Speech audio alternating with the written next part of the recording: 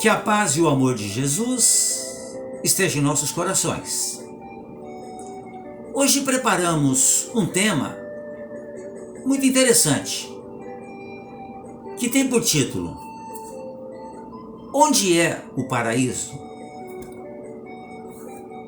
O Lucas, o apóstolo Lucas, em uma das anotações que ele fez no seu evangelho, ele anotou algumas palavras, uma frase de Jesus enquanto pregado na cruz. Jesus foi pregado na cruz ao lado de dois ladrões. E para um desses, Jesus disse: em verdade te digo que hoje estarás comigo no paraíso. Palavras de Jesus ao ladrão. Muito bem.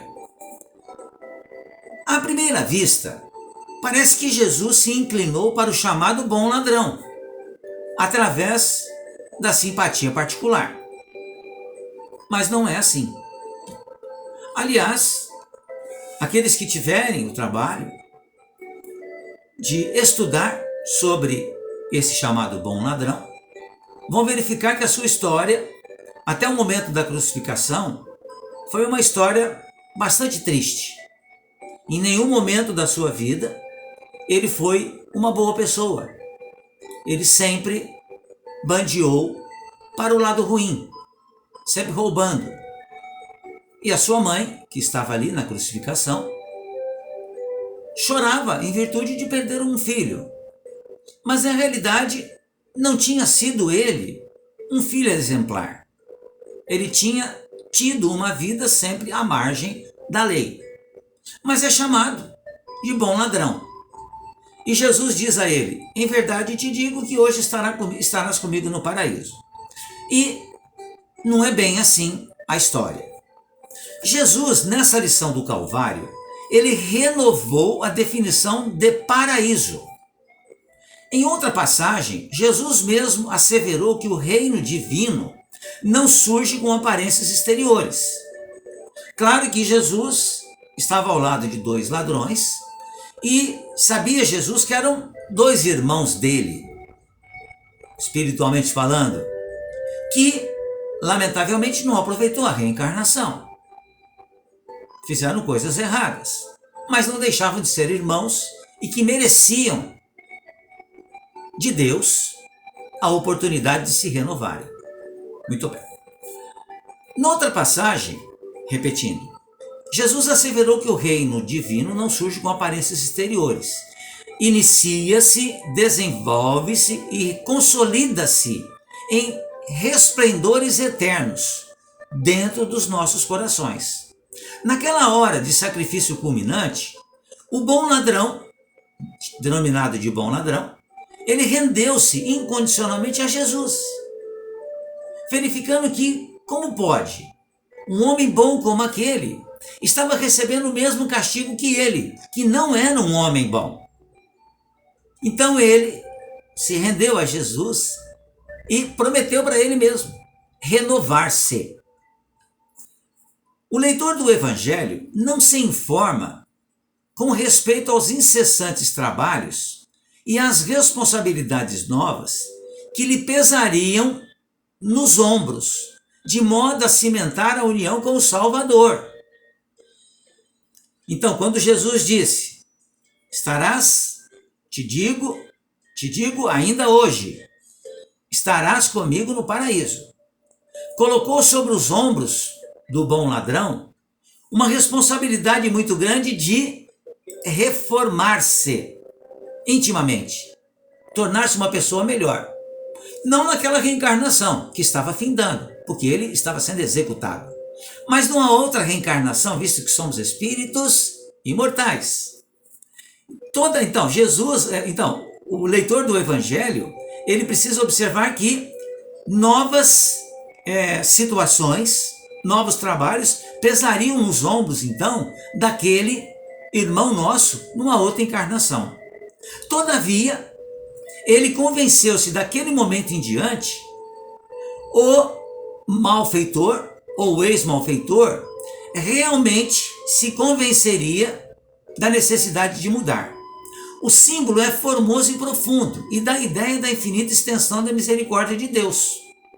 Podemos apresentar-nos com volumosa bagagem de débito do passado escuro, ante a verdade.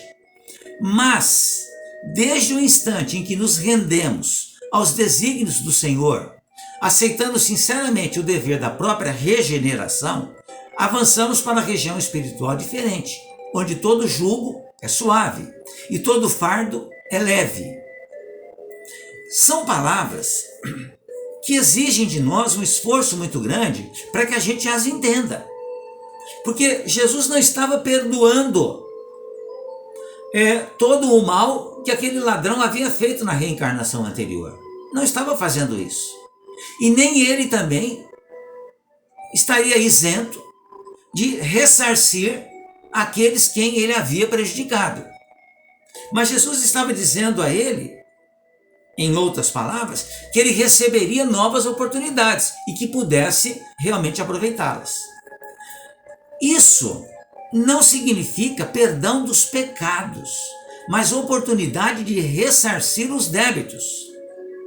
Então, quando nós, nos momentos finais da reencarnação, quando nós pedimos perdão por todo o mal que a gente tenha feito, isso não significa que nós nos redimimos.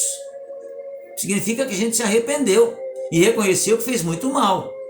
Só que ao chegar no plano espiritual, nós novamente estaremos diante de todos os erros que fizemos e receberemos nova oportunidade numa próxima encarnação de ressarcir os nossos erros.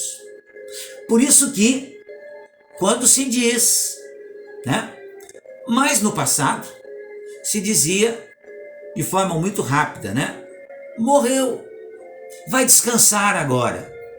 Isso não existe. Ninguém descansa.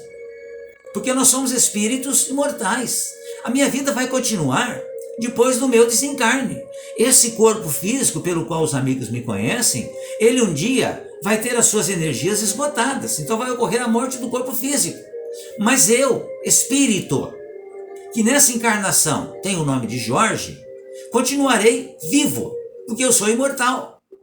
E eu continuarei vivo com os meus débitos e os meus créditos, me preparando para uma próxima encarnação. E mesmo que eu peça todos os perdões possíveis na hora do desencarne, isso não vai fazer com que eu realmente não tenha que fazer o pagamento dos meus erros.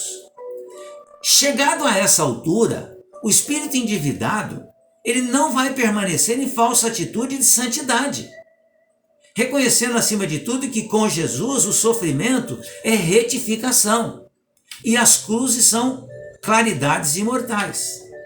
Eis o motivo pelo qual o bom ladrão, naquela mesma hora, ele ingressou nas grandezas do paraíso, mentalmente falando, porque ele compreendeu que, para que ele realmente pudesse se equilibrar, ele teria que mirar-se no exemplo daquele que estava ao seu lado.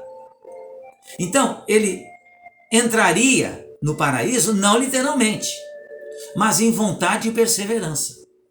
E a frase também, ela precisa ser analisada direitinho, porque existe uma vírgula aqui que precisa ser colocada. Então Jesus diz assim: em verdade te digo hoje, vírgula, estarás comigo no paraíso. Mudou completamente. Ele não disse, te digo, em verdade te digo que hoje estará comigo no paraíso. Não foi esse o sentido. Te digo hoje, vírgula, que estarás comigo no paraíso quando fizeres por merecer. E o paraíso não é um local circunscrito. O paraíso está aqui em nossa mente. Se eu estou bem, fazendo bem, eu estou no paraíso. Se eu não estou bem, não fazendo bem, eu estou em uma zona pior, estou no umbral, que é o inferno, chamado pelas outras religiões, que é também uma criação mental, não é um local circunscrito. Então, todos nós estaremos com Jesus, certamente um dia, quando merecermos isso.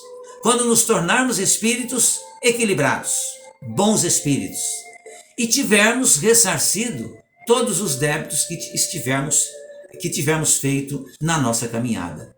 Por isso, dizemos sempre que Deus é bom, Deus é justo, Deus é misericordioso e dá a todos nós a oportunidade da redenção, através do nosso trabalho, e não através de palavras apenas, mas de trabalho. Era isso, amigos, nesse vídeo. Muito obrigado mais uma vez. Fiquem bem, fiquem em paz.